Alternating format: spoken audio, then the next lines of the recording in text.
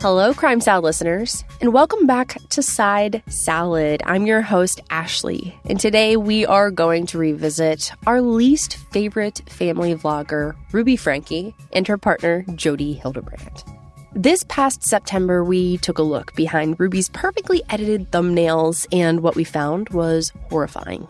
If you haven't listened to that episode yet, go check out the episode called Moms of Truth, Ruby Franke and Jodi Hildebrandt on our Crime Salad podcast feed. Okay, let's get into it.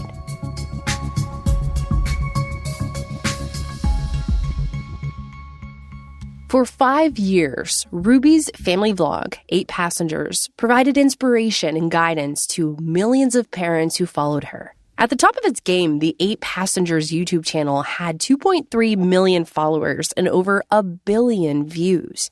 But as the years went by, Ruby's followers began to question her parenting choices.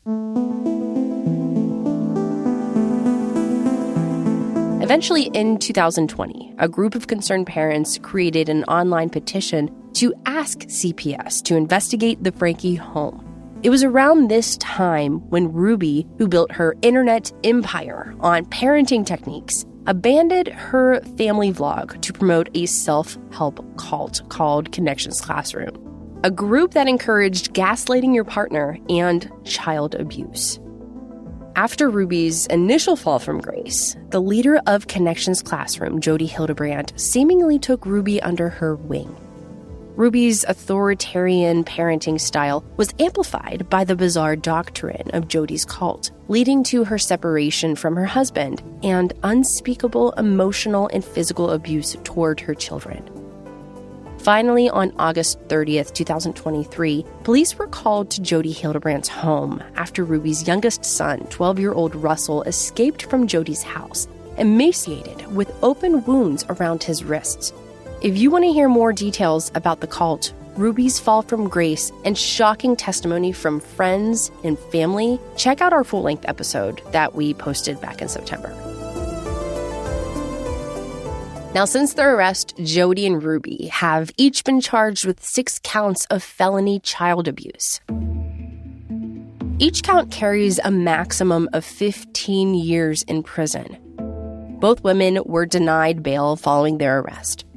After several months in jail, Ruby appeared in court on Monday, December 18th, 2023, and took a plea agreement, pleading guilty to 4 of the 6 felony charges of second-degree aggravated child abuse. On the day of her preliminary hearing, she embellished her last guilty plea, saying, quote, "With my deepest regret and sorrow for my family and my children, guilty," unquote. As part of this agreement, Ruby will remain in prison and she will serve her 4 prison sentences consecutively. She also agrees to testify against her business partner and guru, Jodi Hildebrandt. Unfortunately, more disturbing details of Ruby's abuse have come to light in the days since her sentencing hearing, including the horrors that the Franke children faced at Jodi Hildebrandt's house. Please use discretion if you want to hear this update, as it includes details of child abuse. It seems that the 4 counts of child abuse that Ruby is charged with are specifically related to the abuse of her 2 youngest children, Eve and Russell. Her other children are not mentioned in the charges. Ruby's public plea agreement revealed numerous detailed accounts of child abuse. First, she admits to physically torturing Russell, who was 11 years old at the time. She admits to forcing Russell to live outside for several days and nights, isolated from the rest of the family. At one point, he was forced to stand in direct sunlight for many days and complete chores outside without shoes in the summer heat. And just to remind you, this is an 11-year-old. Russell was deprived of water during this time and was punished when he snuck a drink of water. According to her plea agreement, Ruby's horrendous treatment of Russell resulted in repeated and serious sunburns that blistered and peeled skin. The document also outlines details of Russell's abuse, days before he and his siblings were discovered at Jodi's residence. According to Ruby, Russell attempted to run away from the home in July, a month prior to his successful escape.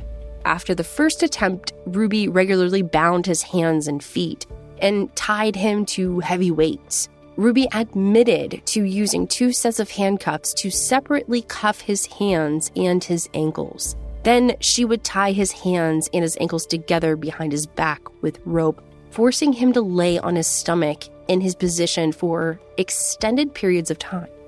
This physical abuse caused muscle and tissue damage, and now we know exactly what these children were enduring when Russell escaped. 3 other accounts of Ruby's abuse towards Russell included kicking him while she was wearing boots, forcing his head underwater, and smothering him with her hands in an attempt to suffocate him.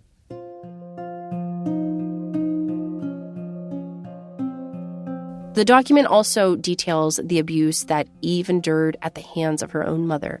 Ruby admits to forcing 9-year-old Eve to do physical labor outdoors in direct sunlight while depriving her of food and water. She would also force Eve to run barefoot down dirt roads as punishment. Like Russell, Eve also exhibited signs of sunburn, including scabs, blisters, and peeling of the skin. In the plea agreement, Ruby admits that she attempted to convince both children that they were evil and possessed, and that every punishment was necessary to repent for their wrongdoings, and that every punishment was an act of love, as she would say. Ruby's attorney released a statement claiming that Jodi was responsible for Ruby's abusive behavior. In part, the statement read, Miss Franke believed that Jodi Hildebrandt had the insight to offer a path to continual improvement. Miss Hildebrandt took advantage of this quest and twisted it into something heinous. Ruby's sentence length will ultimately be determined by the presiding judge on February 20th, 2024. In September, after her arrest, Jodi surrendered her counseling license. 1 week after Ruby pleaded guilty to 4 felonies, it was Jodi's turn to face the judge. And on December 27, 2023, at her preliminary hearing, Jodi followed Ruby's lead, signing a plea agreement and waiving her right to the preliminary hearing. However, unlike Ruby, Jodi did not elaborate on or apologize for her crimes against the Franke children, and only provided one-word answers to the judge. In the end, Jodi pled guilty to 4 of the 6 counts of second-degree aggravated child abuse. Now later, Hildebrandt's attorney stated that Jodi pled guilty because she did not want these children to have to testify. According to Hildebrandt's attorney, she takes responsibility, and it is her main concern at this point that these children can heal both physically and emotionally. Jodi's plea document largely reflects Ruby's, describing the same instances of abuse against Eve and Russell.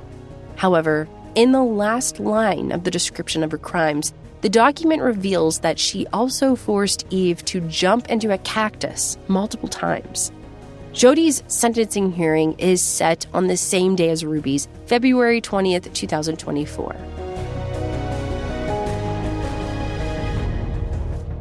Now, most of the time, this is the end of the story. We don't get to see or hear about what happens after the arrest while criminals are serving their time behind bars or being held in jail before a hearing. However, Business Insider obtained a first-hand account of Jodi and Ruby's behavior during their first days in jail.